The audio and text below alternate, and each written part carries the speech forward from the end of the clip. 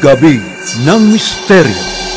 Pagpanaw ni Pope Francisco, anong maaaring kahulugan nito sa buhay ng tao? Meron bang mga mensahe na maaaring maibigay sa atin at maging gabay ng buong sanlibutan para sa kabubuti ng ating spiritual na aspekto ng ating buhay? At meron bang mga mensahe mula sa iba't ibang mga nilalang na maaaring magbigay ng paliwanag tungkol nga sa pagpanaw ni Pope Francisco ng Santo Papa dyan sa Roma? This passing of Pope Francis is all part of the process, and this is all going on to every part of this world, and even some leaders and some spiritual teachers will go beyond this world.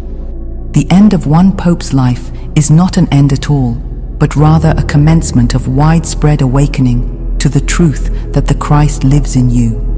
Without the weight of old structures holding sway over your consciousness, you are more free now to claim your direct relationship with the divine and to realize that you carry the same light that the great masters carried.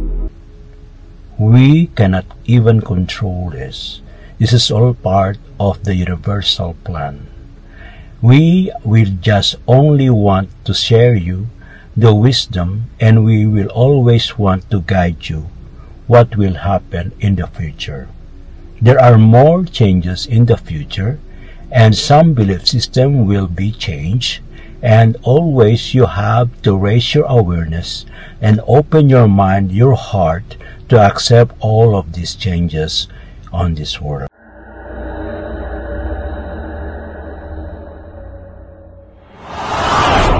Encounters mga sightings ito. Doon ba'y palatandaan na talagang malapit na mga experience o meron kayong sightings ng mga UFO? Higher beings, especially to the universe you call God. Innumerable company of angels beyond human comprehension.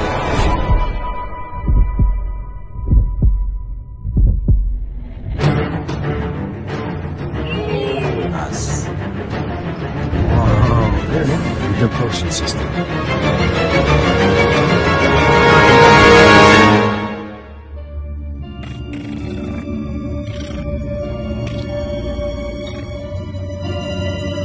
Mga kamisteryo, ngayong gabing ito pag-usapan natin tungkol sa pagpanaw ni Pope Francis. At ano nga ba ang kahulugan ng pagpanaw niya sa buhay ng tao?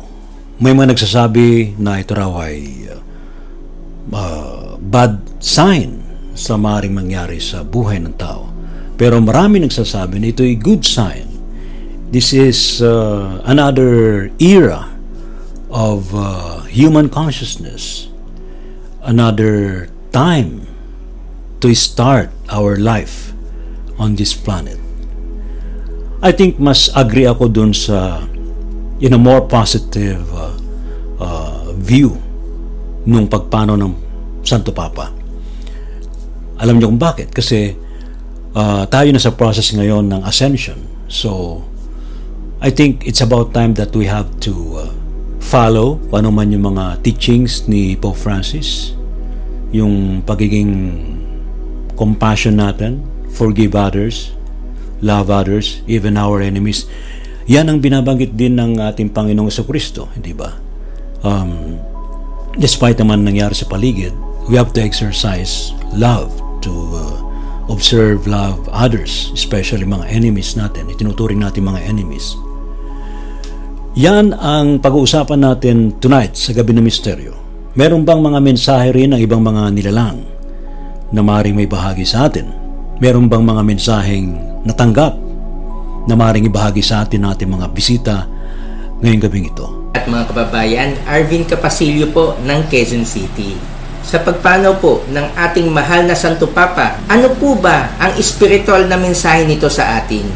Pero bago po magbigay ng aking sasabihin, nais ko pong ipaabot ang aking pakikiramay sa pagpanaw ng ating mahal na Santo Papa.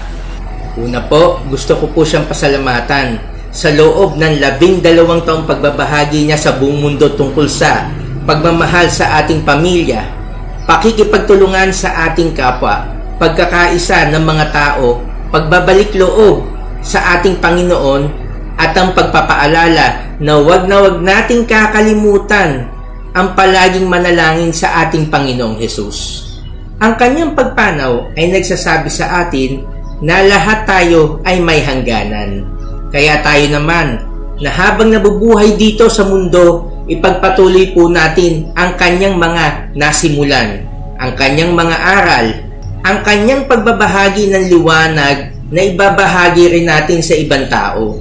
Ito ay liwanag na nagmula sa ating Panginoong Hesus. Ika nga, life is a journey, not a destination. Therefore, sharing light is also a journey and not a destination.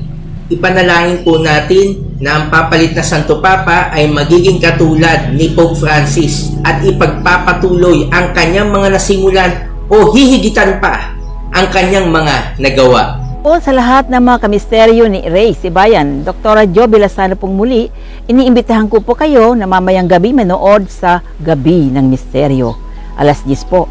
Mahalaga po ang ating pag-uusapan. Ito po ay ang mga mensahe na iniwan sa atin ng ating Santo Papa na kapapanaw lamang. Ito po ay mahalaga na parang guidance sa ating pong mga Katoliko. Makinig at manood po kayong lahat. See you! Everyone, this is Kuya Jay of Spiritual Guide Philippines.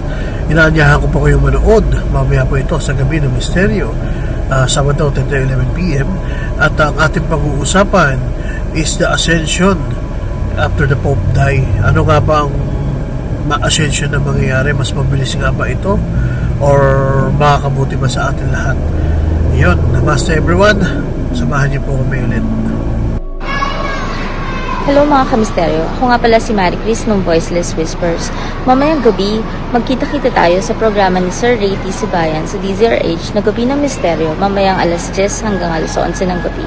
Pag-uusapan natin ang pagkamatay ni Pope Francis. Ano ba ang kahulugan nito sa inyo? Kayo ba ay naapektuhan ng pagkamatay ni Pope Francis bilang isang Katoliko, bilang isang Kristiyano? Ano sa tingin nyo ang mga bagay na umiikot ukol sa pagkamatay ni Pope Francis? Sa tingin nyo, ano ang mga mensahe nito na mapupulot natin para sa positibong kabuhayan natin sa kinabukasan? Sa tingin nyo, ano ang mensahe nito sa ascension natin bilang mga tao going to the 5D dimension? Yan ang mga talakayan natin mamayang gabi.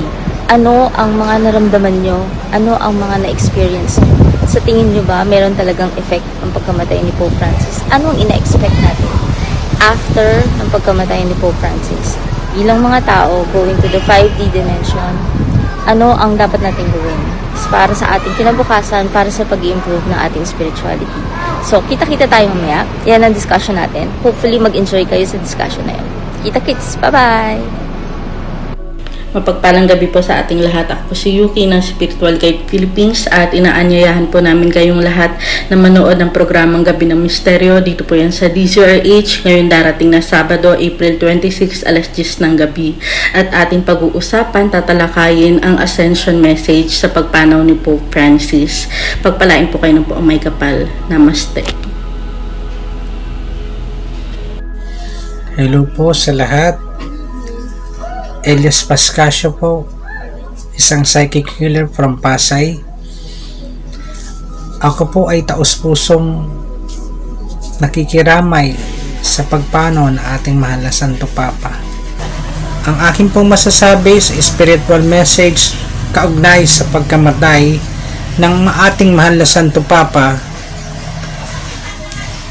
ay ang kanyang malalim na pagsisilbi at pagmamahal sa simbahan.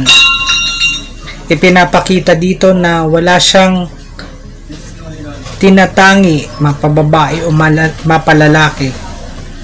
Minahal niya ang lahat ng mga pananampalataya, ang lahat ng klase ng relihiyon. Lumapit siya at ipinakita niya na tayong lahat ay iisa. Ganun po, ipinapakita na walang pagkakabahabahagi. Anuman ang iyong kalagayan, anuman ang iyong pananampalataya, na sana ganun din po tayong lahat. Pinakita niya ang tunay na pananampalataya hindi lamang sa salita, kundi bagkos sa gawa. Minahal niya ang lahat. Niyakap niya ang lahat. Ganun din po sana tayo. Hindi tayo nakukulong sa isang pananalig o sa isang pananampalataya. Hindi pwede nating sabihin na tayo ang tama. Lahat tayo ay magkakapatid at anak ng Diyos. Yun lang po. 10 to 11 p.m. sa DZRH. Walang absent. See you. Gabi ng Misteryo.